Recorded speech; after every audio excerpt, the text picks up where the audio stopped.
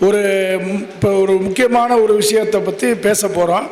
இந்த சமீப காலங்களில் நம்ம சங்கத்தை பற்றியும் சங்கத்தின் நிர்வாகத்தை பற்றியும் குற்றச்சாட்டுகள் நோட்டீஸாக அச்சடித்து வாட்ஸ்அப்பில் பகிர்ந்து அது தமிழ்நாடு முழுக்க உள்ள அனைத்து வளமநாயுடு சமுதாய மக்களுக்கும் அது போய் சேர்ந்துருக்கு. அது சம்பந்தமாக நம்ம சங்க நிர்வாகிகளுக்கு செயற்குழு உறுப்பினர்களுக்கு ஒரு சின்ன விளக்கத்தை கொடுக்கறதுக்காக தான் இப்போ இந்த கடைசி ஒரு இந்த ஐட்டம். ஸோ கொஞ்சம் விவரங்கள் சொல்கிறேன், என்ன நடந்தது, அதில் வந்திருக்க குற்றச்சாட்டுகள் என்னன்றது விவரம் சொல்கிறேன். அதுக்கு முன்னால் இப்போ அவங்க எல்லாம் சொல்லும்போது தலைவர் இப்போ அவர் சிவராஜ் மாப்பிள்ளை தான் சொன்னார். தலைவரை நம்பி நம்ம செயல்பட்டோம்னா மிகப்பெரிய வெற்றி பெறுவோம்ன்றது சந்தேகமே இல்லை. 2015 அவர் தலைவராக பொறுப்பேற்று இப்போ 10 வருஷம் ஆக போகுது. அந்த தலைமையை ஏற்ற பிறகு தான் நம்ம சங்கத்தினுடைய செயல்பாடுகள் அனைத்திலுமே மிகப்பெரிய ஒரு மாற்றத்தை கொண்டு வந்தோம், மிகப்பெரிய ஒரு சாதனைகளை படைத்தோம். இதெல்லாம் உண்மை. அவர் ஒரு தலைவர் எப்படி இருக்கணுன்றதுக்கு ஒரு உதாரண புருஷர். அவர் பெருமைக்காக சொல்ல, நானும் அவரும் நிறையா சண்டை போடுவோம், அது வேறு. பட் இருந்தாலும் இங்கே பதிவு பண்ண வேண்டிய, இப்போ நீங்கள் சொன்னனால முதல்ல அது சொல்கிறேன். இப்போ இந்த இடத்துக்கு corona Covid March 2020 corona lockdown வந்தது. அது வரைக்கும் நம்ம மண்டபம் நடத்தியிருந்தோம். 1 லட்சம் 2 லட்சம் வருமானம் வந்துச்சு. பாவா இருக்கும்போது ஒரு 3 லட்சம் ரூபா அதிகபட்ச வருமானம் திருமண மண்டபமாக நம்ம நடத்தும் போது மொத்த பில்டிங்க்கும் 3 லட்சம் ரூபா வருமானம் வந்தது. பாவா முதல் சங்கத்தின் பொதுச் செயலாளர் வந்து நடத்திட்டு இருந்த போதும் அதன் பின்னரும். அப்போ வாடகை வந்து 15,000 அது ஒரு வருஷம் வந்துச்சு. நான் சொல்கிறது மீதி வரவு செலவு போக மீதி 3 லட்ச ரூபா நம்மளுக்கு கிடைச்சதுன்னு சொல்லி அதிகபட்சமாக கிடைச்சது அதுதான். அப்போ கொரோனா லாக்டவுன் வந்துச்சு. அப்போ நம்ம இதை ஆல்ட்ரேஷன் பண்ணுவோன்ட்டு ஒரு பிளான். கொஞ்சம் சுருக்கமாக விவரங்கள் சொல்லிடுறேன், எல்லோரும் தெரிஞ்சுக்கணும். தெரியும், இருந்தாலும் இப்போ புதுசாக நிறைய பேர் இருக்கீங்க, விவரங்கள் தெரிஞ்சுக்கிறதுக்காக சொல்கிறோம். அப்போ லாக்டவுன் வருது. லாக்டவுன் வந்தோன்னா அந்த ரெனோவேஷன் ஏசி மகாலாக மாற்றணுன்ட்டு எல்லா ஏற்பாடும் பண்ணி அவர் இன்ஜினியர் மாமா, இப்போ சந்திரசேகர் மாமா, அவர் பாவா ரங்கராஜ் பாவா, அவங்க ஒரு குழுவை அமைச்சு டெண்டர்லாம் அதுக்குண்டான இதெல்லாம் ரெடி பண்ணிட்டோம். வேலைக்கு உண்டான டெண்டர்லாம் ரெடி பண்ணி கொட்டேஷன்லாம் வாங்கி மார்ச் 22 டெண்டர் நாங்கள் ஃபைனல் பண்ணுற போது 28 லாக்டவுன் அனௌன்ஸ் பண்ணிட்டாங்க. இப்போ அதோட ஸ்டாப் ஆயிடுச்சு. அது கிட்டத்தட்ட 1 வருஷத்துக்கு மேலே அந்த லாக்டவுன் இருந்தது. உலகமே வந்து ஸ்தம்பிச்சு போயிருந்தது, நம்ம எல்லாருக்கும் தெரியும். அதுக்கப்புறம் மண்டபங்கள் லாட்ஜுகள் வந்து 2 வருஷம் ஆச்சு கிட்டத்தட்ட பழைய நிலைமைக்கு வர்றதுக்கு. எல்லோரும் லாட்ஜுகள் வச்சுருக்காங்க. அதெல்லாம் ரிலாக்ஸ் பண்ணி வரும்போது நம்மளுக்கு 2 வருஷம் அதில் ஆச்சு. அதுக்கப்புறம் நம்ம அந்த கொரோனாவுக்கு அப்புறம் தான் நம்ம வாடகை கூடணும்னு முடிவு பண்ணோம். ஏன் வாடகை விட்டோன்றதுக்கு நான் சொல்கிறேன், ஜஸ்டிஃபை பண்ணுறதுக்கு. அப்போ வாடகை கூடும்போது முதல் நாங்கள் குழு வச்சு நாங்கள் 60,000 ரூபா வாடகை விடலாம் அப்படின்னு சொல்லி நாங்கள் பேசுகிறோம். நாங்கள் எல்லா ட்ரஸ்டி எல்லாம் சேர்ந்து பேசி 60,000 ரூபா சொன்னோம். அப்போ இப்போ காலி பண்ணவர் 50,000 ரூபா வாடகைக்கு, இப்போ சொன்ன மாதிரி 50,000 ரூபா வாடகை, 5 லட்ச ரூபா அட்வான்ஸுக்கு வந்தாங்க. அப்போ வருஷத்துக்கு 6 லட்ச ரூபா வருமானம். ஸோ அது வந்து நம்ம என்றைக்குமே எட்டினதில்லை, இந்த பில்டிங்கில் நம்ம எட்டினதில்லை. இப்போ சொன்ன மாதிரி இப்போ அவர் அண்ணன் சொன்ன மாதிரி முன்னால் குப்பை கூலமாக இருக்குது. நம்ம வந்தால் உள்ளே நடந்து வர முடியல. இப்போ நீங்கள் சொன்ன மாதிரி உள்ளே நடந்து வர முடியல. இது வந்து நாங்கள் எவ்வளோ முயற்சி பண்ணிட்டோம். ஒரு நம்ம அமைச்சர் அப்போ இருந்த அமைச்சர்கிட்ட சொல்லி இங்கே ஒரு பெரிய பாக்ஸ் இருந்துச்சு, அது பெரிய இன்னும் அசிங்கமாக இருந்தது. அதெல்லாம் எடுத்தோம். ஒரு பாவா கார்பரேஷனில் இபிலையும் போய் அதுக்கு பல தடவை அலைஞ்சார். இப்போ இபி கனெக்ஷன் இருந்தது, அவங்கள்ட்ட என்ஓசி வாங்க வேண்டியது. அது மாதிரி இப்போ கார்பரேஷனில் மினிஸ்டர் சொன்னாலும் பல பிரச்சனைகள் இருந்தது.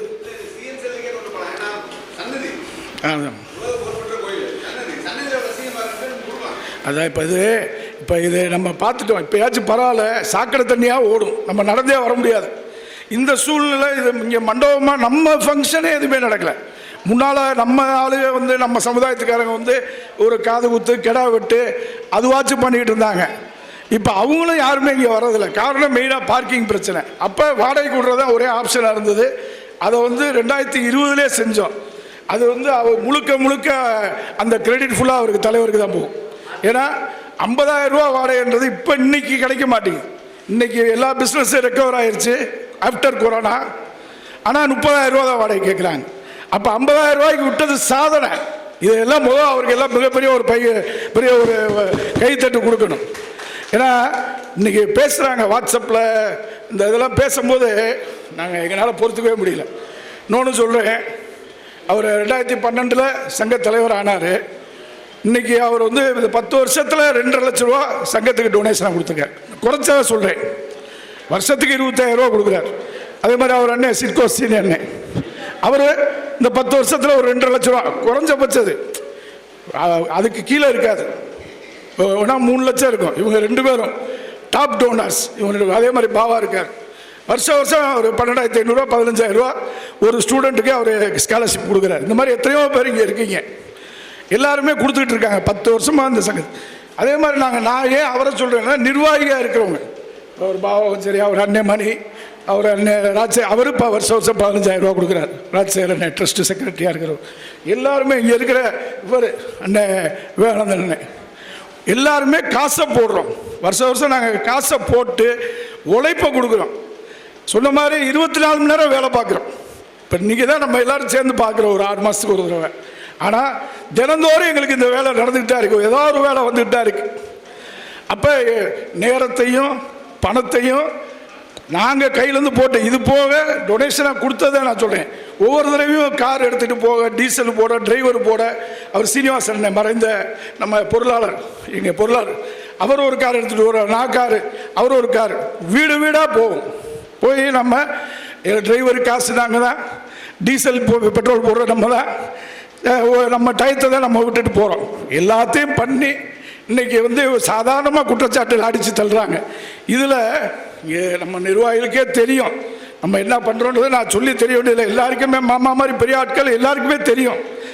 இருந்தாலும் ஒருத்தர் அந்த கேள்வியை போடும்போது அது ஒருவேளை கரெக்டாக இருக்குமோ அப்படின்ற ஒரு சந்தேகம் நிர்வாகிகளுக்கே வரும். கண்ணால் பார்க்குறவங்களுக்குமே அது அவங்க வந்து என்ன இருந்தாலும் வலி நாக்க சொல்லுவாங்க, தேன் ஒழுகுனா இந்த பழமொழிலாம் இருக்குது. உண்மையிலே சொல்கிறேன், நம்ம இந்த நிர்வாகத்தில் இருக்கிறவங்க எப்பயும் முன்னால் இருந்த நம்ம மாமா ராமகிருஷ்ணன் மாமா, என்கேவி மாமா, மில்லுக்காரங்க, அவங்கெல்லாம் வந்து இன்றைக்கி உருவாக்கிட்டு போயிருக்காங்க. இந்த மண்டபம்லாம் எவ்வளோ பிரச்சனை இங்கே அதெல்லாம் சந்தித்தது பாவா மாமா. இந்த இடத்த காலி பண்ணுறதுக்கு அதெல்லாம் யாருக்கு தெரியும்? இருக்கிறவங்களுக்கு பழைய ஆளுகளுக்கு தெரியும். இங்கே இருந்துக்கிட்டு பக்கத்தில் இப்போ இன்றைக்கி வரைக்கும் அந்த கேஸ் நடந்துக்கிட்டு இருக்கு. இந்த மாதிரி எல்லா நேரங்காலத்தை செலவு பண்ணிட்டு வரோம். இப்போ அவங்க எழுப்பியிருக்க குற்றச்சாட்டு, இப்போ கேள்வியில் எங்களை நோக்கி கேள்வியில் இருக்காங்க. நீங்கள்லாம் இருக்கீங்க சங்கத்தில் செயற்குழு உறுப்பினர் இருக்கீங்க, நாளைக்கு உங்களையும் கேட்பாங்க என்ன நடக்குது சங்கத்தில்னு கேட்பாங்க. அப்போ பதில் சொல்ல வேண்டிய சூழ்நிலை இருக்கு இல்லையா? அதுதான் இல்லை, அதுதான். இப்போ இந்த சங்கம் வந்து தமிழ்நாடு சங்கம், இந்த திருமண மண்டபம் உண்மைதான், இது வந்து தமிழ்நாடு சங்கத்துக்கு உண்டான அந்த சங்கத்திலேருந்து முயற்சி பண்ணி எடுத்தது கட்டினது உண்மைதான், நம்ம யாரும் அதை மறுக்கலை.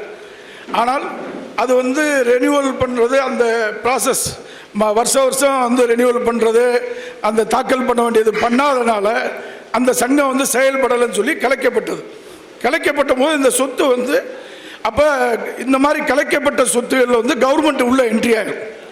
அவங்க மாவட்ட பதிவாளராக வந்து அவங்க லைசன்ஸ் ஆஃபீஸராக போட்டு அவங்க இதை டேக் ஓவர் பண்ணிடுறாங்க. அந்த ஒரு சூழ்நிலை வரும்போது அப்போ பாபாவிட்ட நாங்கள் அப்ரோச் பண்ணி, பாபா வந்து அது ரெனியூவலுக்கு உண்டான அப்ளிகேஷன் எல்லாமே போட்டு வச்சிட்டார். சங்கம் வந்து அந்த ரத்து பண்ணதை திரும்பி அவர் அதுக்கு அப்பீல் போட்டு வச்சிட்டாரு, அது பெண்டிங்கில் இருந்தது.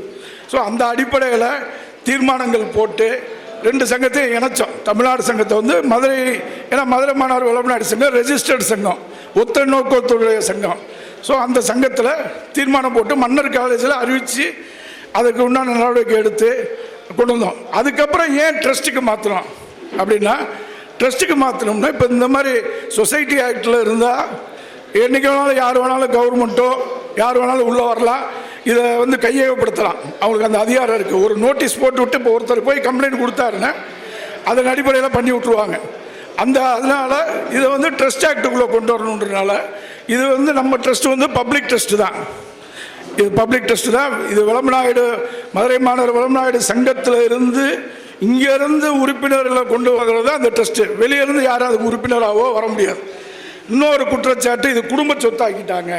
இப்போ இது அது இந்த விஷயத்தை அவங்க சொல்கிறாங்க, குடும்ப சொத்தாக்கிட்டாங்க, இந்த 4 பேருக்கு குடும்ப சொத்தாக்கிட்டாங்கன்றது தான் குற்றச்சாட்டு. ஒரு ஒரு ட்ரஸ்ட்டு, ஒரு மாப்பிள்ளை அட்வொகேட்டு, கவர்மெண்ட் பிபி தெரியும். ஒரு ட்ரஸ்ட்டு ப்ராப்பர்ட்டி விற்கணும்னு சொன்னால் அந்த மாவட்ட நீதிமன்றத்தில் ஜூரிஸ்டிக்ஷன் கோர்ட்டில் அனுமதி வாங்கி தான் ட்ரஸ்ட்டை எதுவும் பண்ண முடியும். ட்ரஸ்ட்டு விற்கிறது விற்காத அவங்க பைலாவில் கொடுத்துருக்கதான். நம்ம பைலாவில் விற்கிறதுக்கு அதிகாரம் இருக்குது. அதிகாரம் இருந்தாலும் இதை விற்கணும்னு சொன்னால் டிஸ்ட்ரிக்ட் கோர்ட்டு அனுமதி, அங்கே அதுக்கு அது மனு போட்டு அனுமதி வாங்கி தான் விற்க முடியும். அப்படி இருக்கும்போது ஒரு ட்ரஸ்ட் சொத்தை எப்படி இங்கே 4 பேர் பேரில் பதிவு பண்ண முடியும், பண்ணியிருக்க முடியும்? அதில் அவங்க ஒரு ஈஸியை ஒன்று வெளியிடுறாங்க. ஒரு ஈஸியை காமிச்சு இந்த போட்டிருக்கு பாருங்கன்னு சொன்னாங்க. அந்த ஈஸியில் என்ன போட்டிருக்கு? வெளம்மா எஜுகேஷனல் அண்ட் சேரிட்டபிள் ட்ரஸ்ட்டுக்காக அதன் தலைவர் வி.கே.ஆர். சேகர், செயலாளர் சாந்தகுமார், பொருளாளர் சீனிவாசன் அப்படின்னு போட்டு தான் போட்டிருக்காங்க. இது எப்படி அப்போ தனிப்பட்ட முறையில் எங்களுக்கு பதிவாயிருக்குன்னு அது அர்த்தமாகும். அந்த நோட்டீஸே அவங்க வெளியிட்டிருக்காங்க. சொல்லிவிட்டு அதில் ஒரு சின்ன ஒரு காலம் ஒன்று சொல்கிறாங்க, ஃபேமிலி செட்டில்மெண்ட்டு, குடும்ப உறுப்பினர்கள் ஏற்பாடுன்னு ஒன்று வந்திருக்குன்னு. இப்போ எங்களுக்கு உண்மையிலே அது தெரியாது, நாங்கள் கவனிக்கலை. இப்போ இது வந்த பிறகு தான் நாங்கள் கவனித்து இப்போ அதுக்கு உண்டான நடவடிக்கை போயிருக்கோம். அது ரெஜிஸ்டர் ஆஃபீஸில் பண்ண மிஸ்டேக். அவங்க அது சரியான இதில் தட்டாதனால அது அவங்க வழக்கம் போல் போட்டு குடும்ப உறுப்பினர் வந்திருக்காங்க. இதன் அடிப்படையில் இது குடும்ப சொத்தாக மாற்றிட்டாங்க. 1 கோடி ரூபா பணத்தை கொள்ளையடிச்சிட்டாருன்னா ஒரு ஆடியோ போடுறாரு. 1 கோடி ரூபா கணக்கு கொடுத்தாங்க. 10 வருஷத்தில் 38 லட்ச ரூபா வருமானம் வந்திருக்கு. பாவா நீங்கள் தெரிஞ்சுக்கணும். சொல்கிறேன், எதுக்காக நான் அதை எக்ஸ்பிளைன் பண்ணேன். அப்போ 1 கோடி ரூபான்னு அவர் ஆடியோவில் சொல்கிறார். 1 கோடி ரூபா 4 பேர் கொள்ளையடிச்சு போய் திருடுங்க அப்படின்றாங்க. இவங்க திருடுங்க அப்படின்றாங்க. எப்படி நாங்கள் கேட்க முடியாமல் இருக்க முடியும்? எப்படி நாங்கள் பேசாமல் இருக்கணும் சொல்லுங்க? எங்களுக்கு திருட்டுப்பட்டவங்க வேணுமா சொல்லுங்க பாவா. அது வேற. அதுக்காக நீங்க திருடுங்கன்னு சொல்லுவீங்களா? நாங்க திருடுங்கன்னு சொல்லுவீங்களா? அவர் ஆடியோவில் சொல்லியிருக்காருல, திருடுங்கன்னு சொல்லியிருக்காருல, திருடுங்கன்னு சொல்லியிருக்காரு. அவர் சொல்லியிருக்காரு. அதை நாங்கள் எப்படி பொறுத்து போக முடியும்? 1000 பேர் பொது வெளியில போட்டிருக்காருல்ல.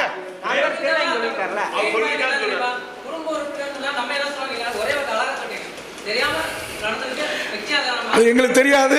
இப்பதான் சொன்ன பிறகு தெரிஞ்சது. உண்மைதான். ஆமா, ரைட். அது இருக்கட்டும். இல்லை, அது நான் என்ன சொல்றேன், அதே விஸ்வநாதன், அதே பிருத்திவிராஜ், இவங்க எல்லாம் இந்த சங்கத்தில் ட்ரஸ்ட்ல உறுப்பினராக இருக்காங்க. எல்லா கூட்டத்துக்கும் கலந்து இருக்காங்க. இதே கோபாலகிருஷ்ணனோ டாக்டர் ராமகிருஷ்ணனோ இதே மண்டபத்தில் இதே ட்ரஸ்ட்டுக்கு சேர்மனாக பொறுப்பேற்று கல்வி திருவிழாலையும் கலந்துட்டு இருந்திருக்காங்க. அதுக்கப்புறம் தானே அது 2017 தானே அது அவர் சொல்றது. 2016 தானே சொத்து மாத்திரை பற்றி சொல்றாரு. அதுக்கு சொல்றேன் நான், ஒரு திருடைன்னு சொன்னா உங்க சந்ததி, அவர் சொன்ன வார்த்தை நீங்க கேட்டிருப்பீங்க, இந்த பாவம் இந்த சந்ததிக்கு போய் சேரக்கூடாதுன்னு சொல்றாரு. சிவன் சொத்து குலநாசம்ன்றார். நாங்கள் யாரு, என் பங்காளி, எங்கள் கோயிலுக்கு போய் நாங்கள் போய் பார்த்தா தெரியும் எங்கள் பங்காளிகளுக்கு எதுக்கு உங்களுக்கு தெரியும். அதே மாதிரி உங்கள் பங்காளி ஊருக்கு என்ன உழைக்கிறோன்றது தெரியும் எல்லாருக்கும். நாங்கள் காசு போட்டு தான் நாங்கள் வேலை செய்கிறோம். எங்களை எங்கள் வம்சம், எங்களுடைய சந்ததி சபிக்கிறார், சந்ததியை போகும்ட்டு. நான் ஒன்று சொல்லுறேன், நம்ம விளக்கம் தரோம், நம்மளை பற்றி முழுமையாக தெரியும் உங்களுக்கு. நான் நீங்கள் சொல்ல ஆதங்கத்தை ஏற்றுக்கிறேன், உங்கள் ஆதங்கத்தை நான் முழுமையாக ஏற்றுக்கிறேனே, மறுக்கல. நான் கூட ஆடியோ போட சொன்னேன், வேணாண்ணே நீங்கள் சொல்லிட்டீங்க, நான் போடலாம் பதில் சொல்லலாம் வேணாம் சொல்லிட்டீங்க. ஏன்னா உங்கள் ஆதங்கத்தை முழுமையான ஆதங்கம் மறுக்கல. ஏன்னா உழைக்கிறோம், நம்ம படம் போகிற இந்த மாதிரி வார்த்தை எல்லாத்துக்கும் இருக்குது. விட்டுட்டேன், விடுங்க, ஒரு நிமிஷம் முடிச்சிடுறேன். ஏன்னா அவர் பாவா லேட், நீங்கள் பேச இன்னொரு 5 நிமிஷம் லேட்டாக. இப்போ அதை விட்டுறேன். அவங்களுக்கு இது நாங்கள் சட்டப்பூர்வமாக எதிர்கொள்றதுக்கு தீர்மானம் போட்டாச்சு. அதுக்குண்டான தயாரிப்புகள், லீகல் நோட்டீஸ்க்கெலாம் ரெடி பண்ணிட்டோம்.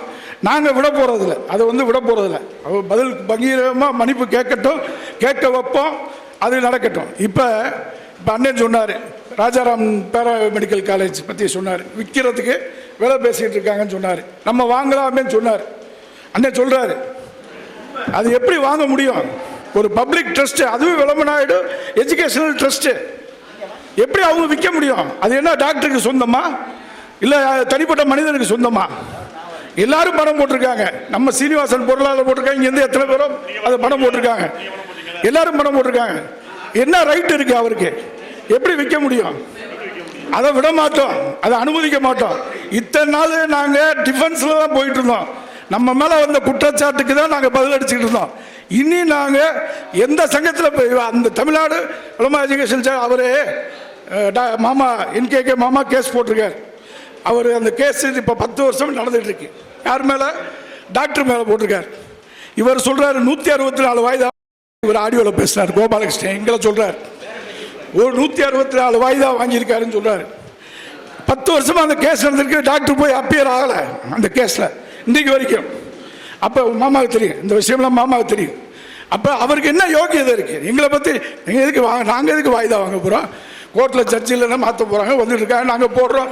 அது வாய்தா வருதுன்னா என்ன பண்ணுவோம்? கோர்ட்டுன்னா வாய்தா தான் வரும். நீ இன்னைக்கு கேஸ் போட்டு நாளைக்கு உங்கள் எவ்வளோ இது ஆர்டர் போட்டுருவாங்களா? வராதில்ல. இந்த மாதிரி குற்றச்சாட்டுகள் பல வச்சுருக்காரு.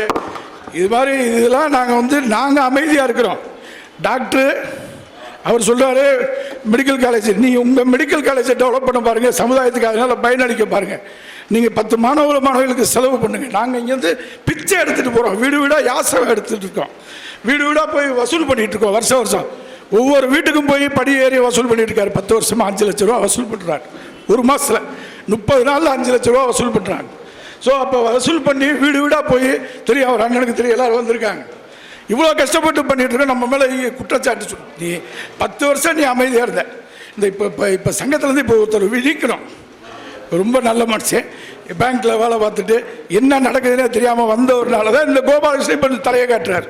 10 வருஷமாக ஜெயிக்க முடியல. அதனால் நாங்கள் கரெக்டாக செயல்படுறதுனால தான் நம்ம ஜெயிக்க முடியல.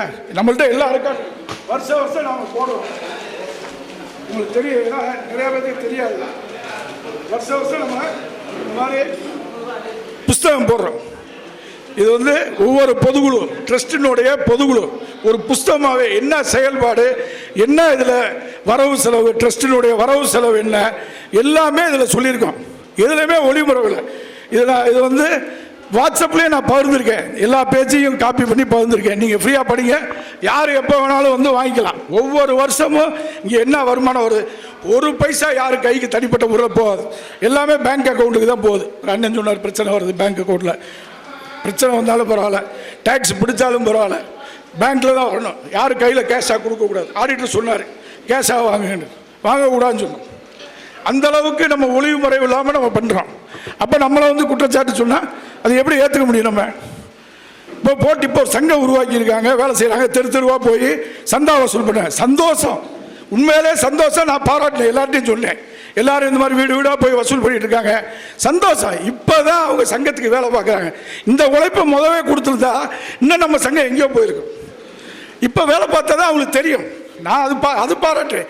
நீ உள்ளே இருந்துக்கிட்டு விரலை விட்டு ஆட்டி பார்த்துட்டா நாங்கள் முன்னேற்றத்தை நோக்கி போக முடியல, அடுத்த கட்டத்துக்கு போக முடியல, மருத்துவ காப்பீடை பற்றி போட முடியல, எல்லாம் என்னென்னமோ நல்லது செய்யணும்னு நினைக்கிறோம், செய்ய முடியல. இவங்களை கவுண்டர் பண்ணுறதுக்கே எங்களுக்கு நேரம் சரியாக போகுது. அப்போ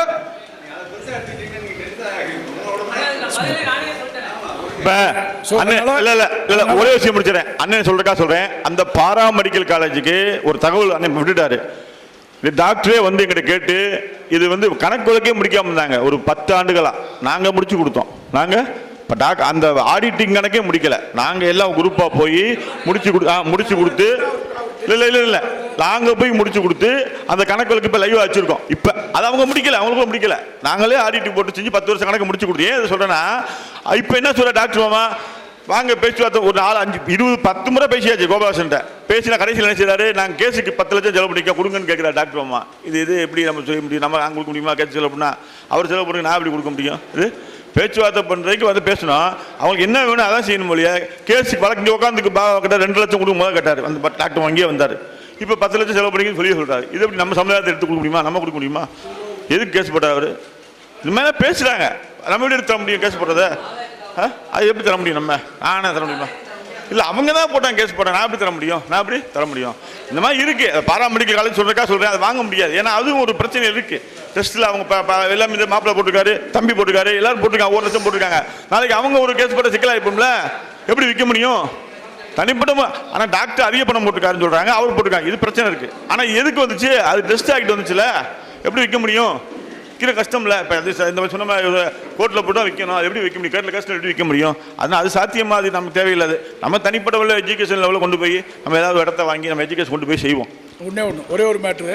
ஏன்னா அவர் போட்டிருக்காரு, முன்னாள் செயலாளர் நீக்கப்பட்ட செயலாளர் காந்தி மியூசியத்தில் நடத்தின கூட்டத்தை கையெழுத்து வாங்கி அதை வச்சு இவங்க மாவட்ட பதிவாளர் அலுவலகத்தில் பதிவு பண்ணியிருக்காங்கன்னு ஒரு குற்றச்சாட்டு வச்சார். இது பழைய ஆளுகளுக்கு தெரியும். இது என்னன்றது தெரியுமா? யாராவது சொல்ல முடியுமா? பழைய ஆளுகளுக்கு, ரமேஷ்க்கு இது என்னன்றது தெரியுமா? இந்த நம்ம வந்து 2017 விளம்பா மதுரைன்ட்டு இது ஒரு மலர். ஒவ்வொரு வருஷமும் என்ன செயல்பாடுன்னு நான் செயலாளர் இருக்கும்போது 3 வருஷம் நான் செயலாளர் இருக்கும்போது போட்டது. என்ன நம்ம செயல்பாடு, என்னென்ன கூட்டம் நடந்தது, காலேஜில் என்ன நடந்தது அப்படின்னு போட்டோம். இதில் பொதுக்குழு தீர்மானம்ன்றது போட்டிருக்கு. அந்த தீர்மானத்தில் இந்த சங்க இணைப்பு எல்லா ட்ரஸ்ட் உருவாக்குனது எல்லாமே இது போட்டிருக்கு. இது 2016 போட்டது மலர். அவர் சொல்றாரு, நாங்கள் வந்து காந்தி மியூசியத்தில் போட்டிருந்த கையெழுத்தை ஏமாற்றி பதிவு பண்ணியிருக்கோம். என்ன ஏமாத்திருக்க? பப்ளிக்காக சொல்லி வீடு வீடுக்கு கேலண்டரோட கொடுத்தோம். ஒவ்வொரு வீட்டுக்கும் கேலண்டரோட இந்த விளம் மாமா பார்த்துருப்பீங்க, மாமாவுக்கு தெரியும் நினைக்கிறேன், நீங்கள் இதை பார்த்துருப்பீங்க. ஒவ்வொரு வீட்டுக்கும் இது கொடுத்தோம்.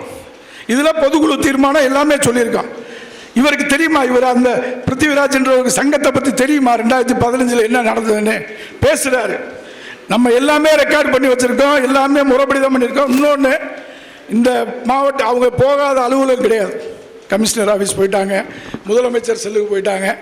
அங்கேருந்து மாவட்ட பதிவாளர் அலுவலகத்துக்கு வந்து இந்த கம்ப்ளைண்ட்டு, இந்த 15 செல்லாதுன்னு கம்ப்ளைண்ட்டு இதே கோபாலகிருஷ்ணன் அங்கே போய் கொடுத்துருக்கார். 21 கொடுத்து 1 வருஷம் அது விசாரணை நடந்து அங்கே ட்ரிபியூனல் மாவட்ட பதிவாளர்கள் அது ப்ரொசீடிங்ஸு ட்ரிபியூனிங், அது குவாசி ஜுடிஷியல், அது கோர்ட்டுக்கு கட்டுப்பட்டது. அந்த விசாரணை முழுக்க பண்ணி அவங்க தீர்ப்பு ஆர்டரை போட்டாங்க.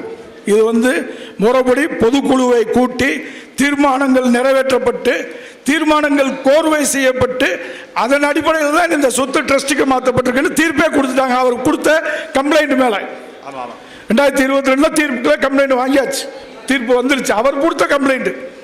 இப்போ ஒரு கேஸ் போட்டிருக்காரு. அந்த கேஸ்லையும் இதை வந்து நாங்கள் இம்ப்ளீட் பண்ணியிருக்கோம்.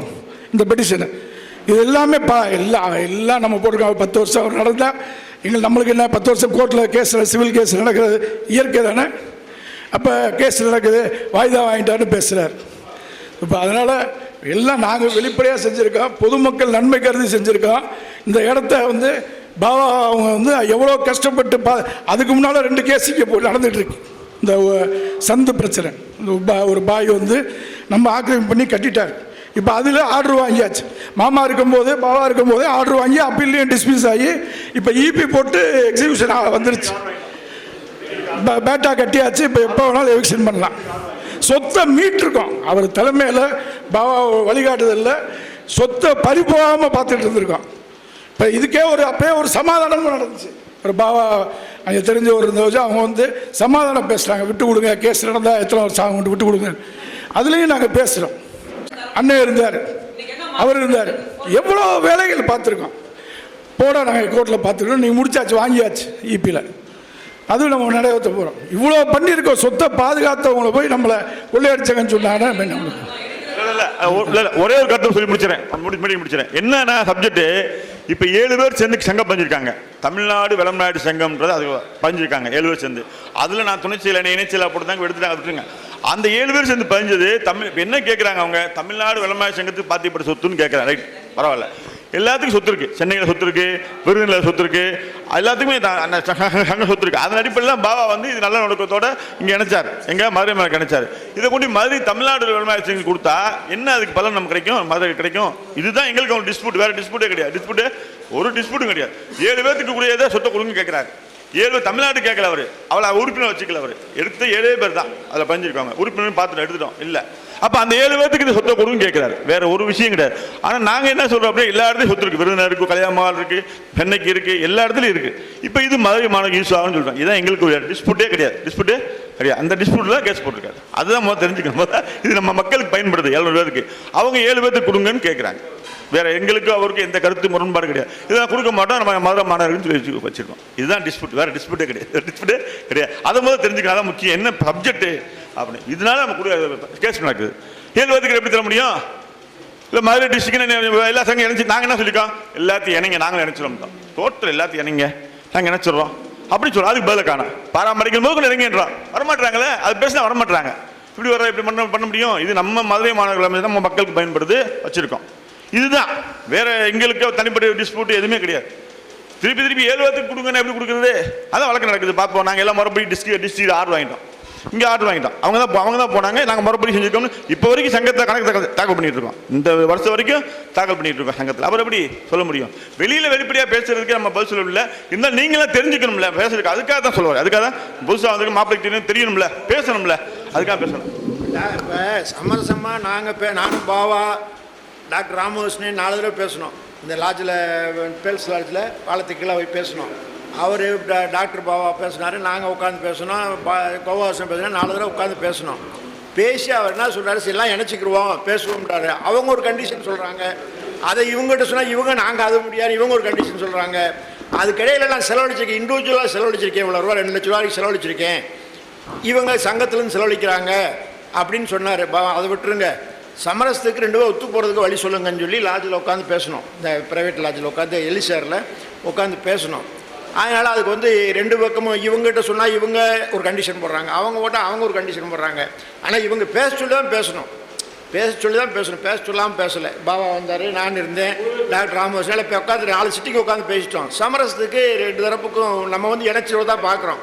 ஆனால் இணைச்சி விடுறதுக்கான வாய்ப்புகள் இல்லை. இப்போ எல்லாரும் பேசுகிறாங்க, கொந்தளிக்கிறாங்க, நான் ஏற்றுக்கிறேன். இதை வந்து இங்கே பேசுகிறது பரவாயில்ல. கல்யாணமுடைய ஒரு கச்சாரி வீட்டில் போய் இப்போ அந்த பேசி அவங்களும் வந்திருப்பாங்க, இவங்களும் வந்திருப்பாங்க. அங்கே தான் பிரச்சனை வந்துடக்கூடாது. இப்போ என்கிட்ட இப்போ 4 பேர் கம்ப்ளைண்ட் பண்ணாங்க, உங்கள் கல்யாணத்தில் அவங்க அப்படி பேசுகிறாங்க, இவங்க இப்படி பேசுகிறாங்க, பிரச்சனை உண்டாயிரும் போல் இருக்குது, நல்ல வேலைக்கு அப்படிங்கிறாங்க. இது அங்கே தேவையில்லை. கல்யாண வீட்லேயோ ஒரு கர்ம வீட்டிலே தேவையா? இங்கே பேசுகிறீங்க ஏற்றுக்குருவாங்க. இங்கே பேசுகிறத பேசுனாங்க அதெல்லாம் உண்மைதான். அதனால தான் சொல்கிறேன். என்ன அது பேசுகிறது, அதான் சொல்கிறேன். இங்கே பேசுங்க. நம்ம அங்கே போய் இப்போ பிரச்சனை ஆயிடுச்சுன்னா உங்களுக்கு தெரியாது. அதாவது எந்த சைடாக இருந்தாலும் சரி, தயவுசெய்து அந்தந்த கூட்டங்களில் பேசுங்க.